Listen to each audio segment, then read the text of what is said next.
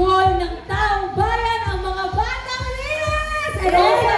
And also Mr. River Cruz. Maraming Yes, salamat maraming salamat sa iyo, Ray. Ito na nga, mga kapuso.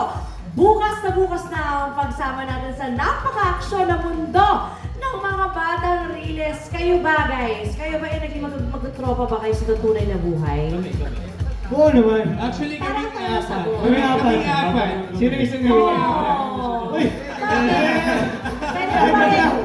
Antonio, pwede mo paki-explain. Biro lang yan. Talaga magtatropa kami sa kahit sa set, kahit sa tent, kahit nga walang taping, nag-uusap-usap kami. Oh, that's Talaga, nice. kahit ito si Bruce, kinakausap niyo. Bakit yung kinakausap Ay, niyo? grabe. Bakit? Wala naman. Bakit, ha?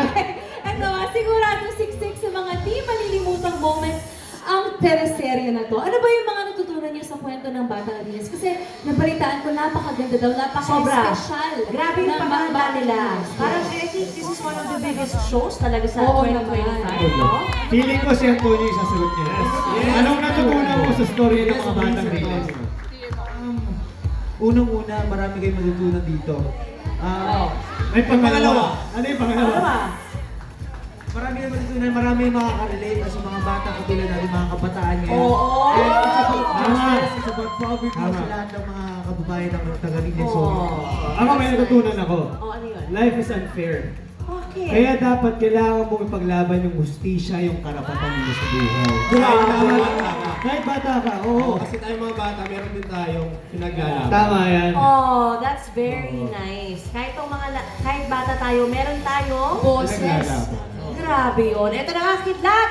Share mo naman kung anong oras mo mapapanood ang mga batang Riles. Ngayon na nga po mga kapuso, bukas na yan, 8 p.m. kung gusto nyo makapanood ng heavy drama, hardcore ng action, manood kayo ng mga batang Riles after 24 oras.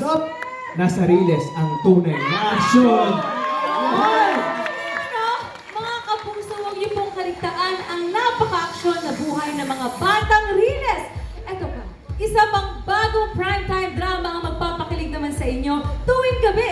Kilalanin natin ang mga bibida sa My Ilonggo Girls.